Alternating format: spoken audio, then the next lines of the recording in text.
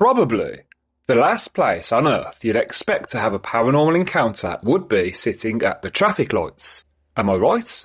Well, watch until the end and you'll hear about an encounter that scares the absolute crap out of the man in this story. I want to do something a bit different now. As some of you already know, this is a new channel and it's quite difficult to gain traction, so I want to set a like target. Only a small one. For this video, all I'm asking for is 10 likes. So watch the video all the way through, and if you like the episode, please do me a massive favour and hit the like button. Also, I'm going to pin a question in the comments, so please put your answer to that question. It's just a bit of fun. Now, let's get on with the stories. I'm your host, Severed Soul.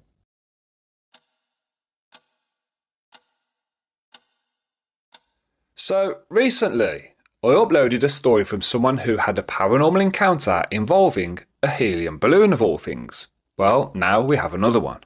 This story comes from Reddit user International Boy 8937, but I can't call her that because that's silly, so I'll call her Rachel. So the events in this story happened in 1993. Rachel was 30 years old and the mother of 2 young children. They had very recently moved into a new apartment together and were settling in nicely. It was her youngest daughter's birthday, and she'd received a silver helium balloon as part of her gift. And if she's anything like my daughter, she probably received loads of cool presents but chose to play with the balloon more than the expensive toys. Anyway, later on that evening, their father arrived to pick the kids up to take them to his house for the weekend.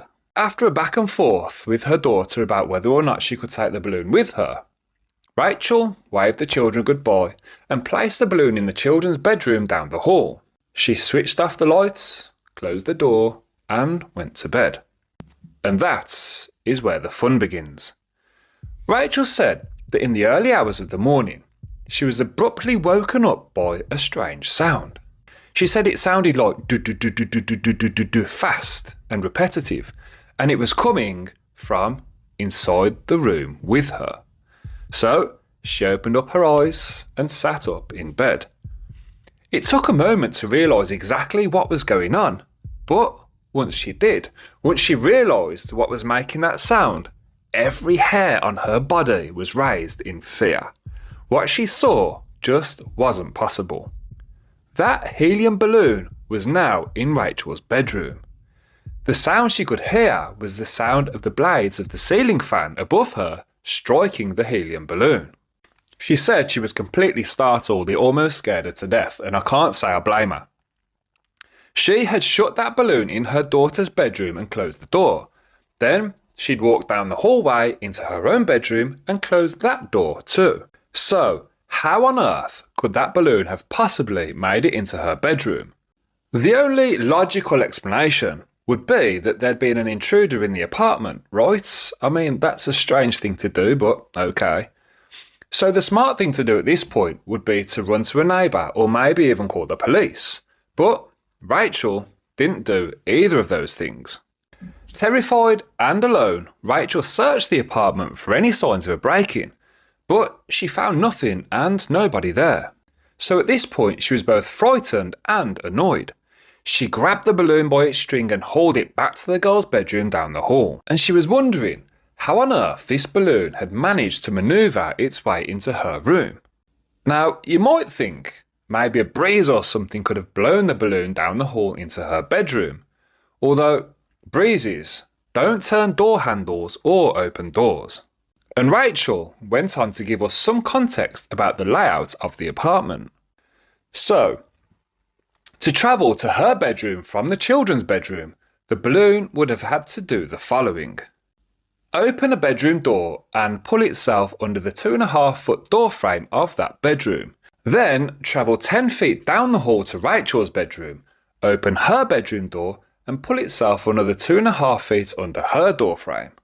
Then, once inside the bedroom, it would need to travel a further 6 feet into the ceiling fan, which, by the way, should have been blowing the balloon away from it, not pulling it towards it.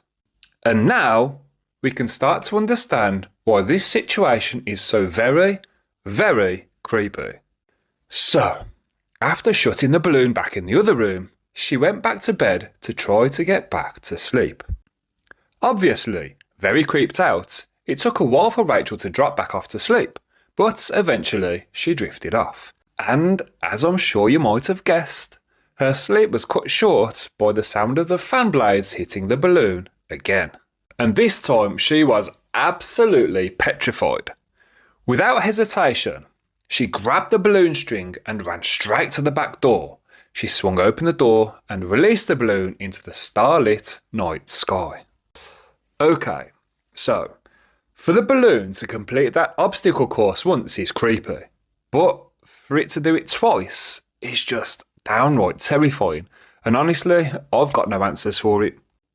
Aside from someone sneaking into the apartment and moving the balloon from the children's bedroom to Rachel's bedroom twice, the only alternative explanation I can think of has to be paranormal.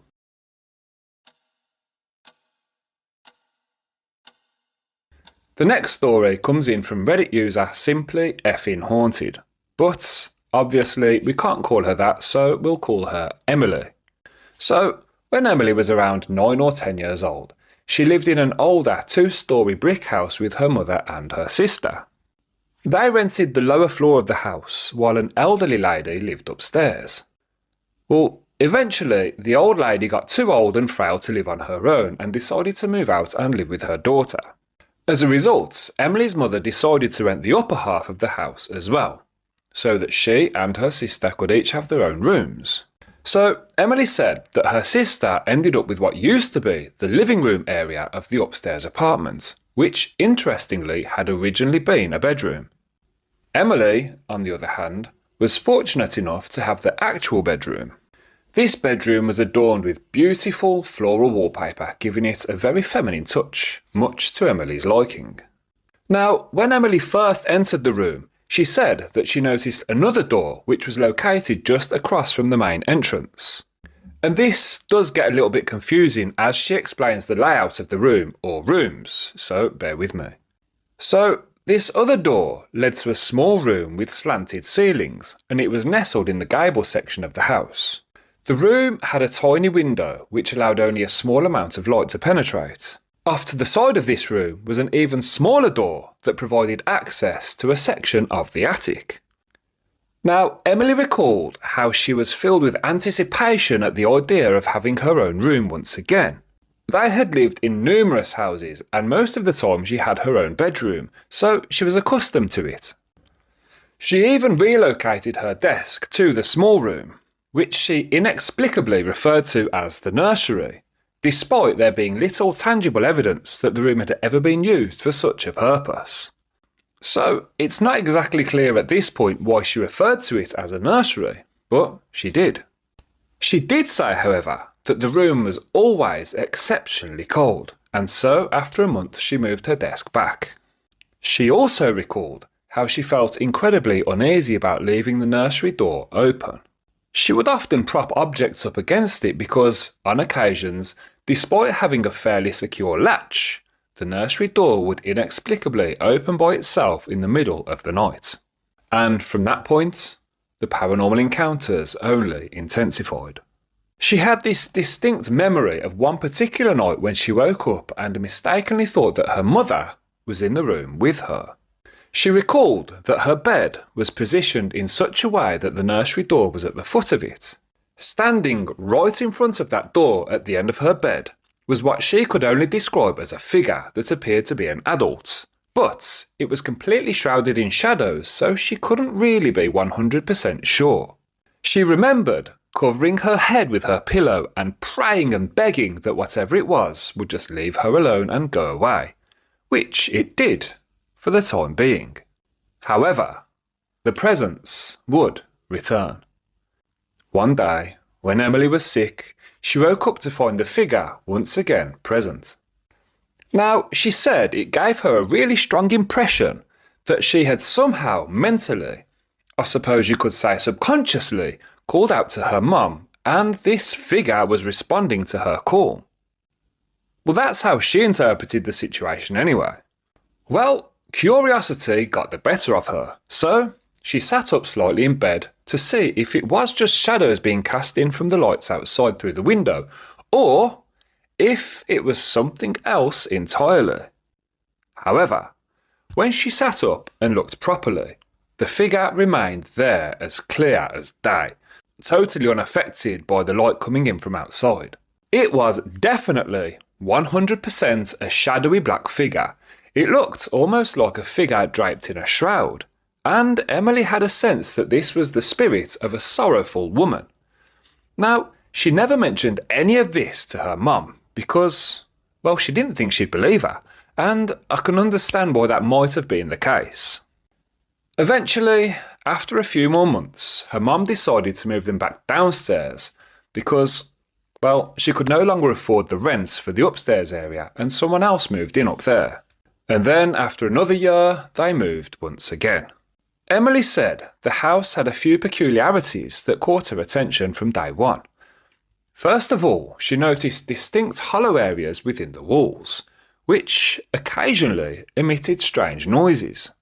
Additionally, the basement contained various smaller rooms, including a coal storage area and an eerie meat locker-like chamber, and this room in particular exuded an undeniable sense of malevolence. On one occasion, Emily swore she even glimpsed a large, sinister grin in the darkness near that very door. Now, the unusual aspect of this situation, which leads me to believe that it wasn't merely a product of a 9-year-old's vivid imagination, well, except for maybe the sinister grin she saw in the shadows, is that Emily claims that a few years back she had a conversation with her mother about ghosts, and more specifically, the phenomenon of seeing shadow figures out of the corner of one's eye. Now, she specifically remembered asking her mother, "Haven't you ever experienced that?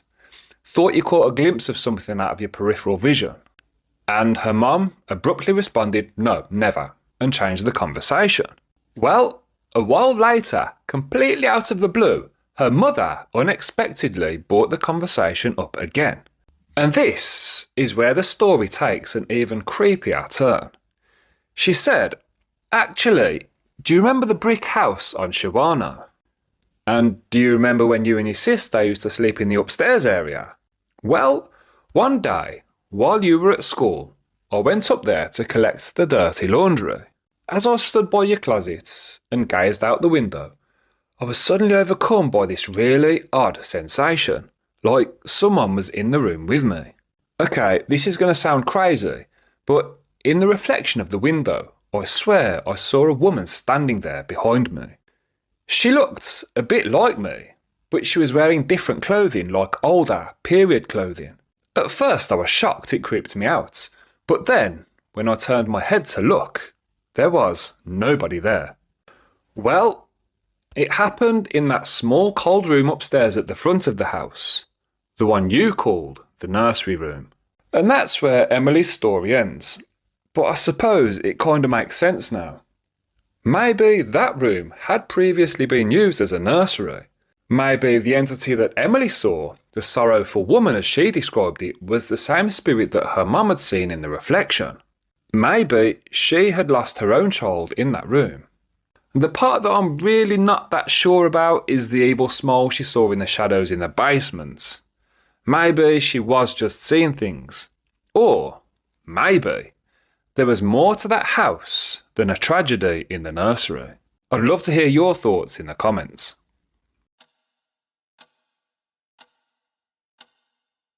This story comes in from Reddit user SheSpiceFW, and it goes like this. I don't have a name for her, so for the sake of the story, I'm just going to call her Kathy. So, on this particular evening, Kathy's husband was coming to pick her up from a late class. It was extremely foggy out, so there weren't too many cars on the road, just the odd one or two passing by here and there. However, her husband said that this one car just seemed to be hovering right next to him. He stopped at the traffic lights, and that's when he got this unrelenting feeling that the person in this car was watching him. But not just watching him, staring at him. So he's sitting there, facing forward, looking at the traffic lights ahead of him, when he turns his head to look at the person in the car next to him. It was a woman, But not just any woman, not a normal woman. She had her body twisted towards him, and she was staring directly into his eyes, and she had this sinister kind of smile on her face, completely unnatural. And maybe he could have brushed it off as just a creepy woman acting weird. Maybe someone under the influence of substances. Maybe someone with a mental illness. But, like I said, this wasn't just any woman. What makes this story so extremely terrifying is that the woman in the other car was Kathy. This exact same thing happened at the next 3 traffic lights before she turned and drove away. He said it looked exactly like his wife, identical, only distorted and evil looking. Her eyes seemed larger, darker and wider, and her horrible smile was impossibly stretched and crooked. He was absolutely certain it was his wife, except she was definitely not on the road, and it definitely wasn't her car. He's quite shaken by the experience, according to Kathy. In her own words, he's a pretty solid dude, and he was shaking and in tears. After the incident, he kept getting this really ominous feeling and was worried for Kathy to go out anywhere. Kathy then asked the viewers, do you have any idea what it could be and what it could mean?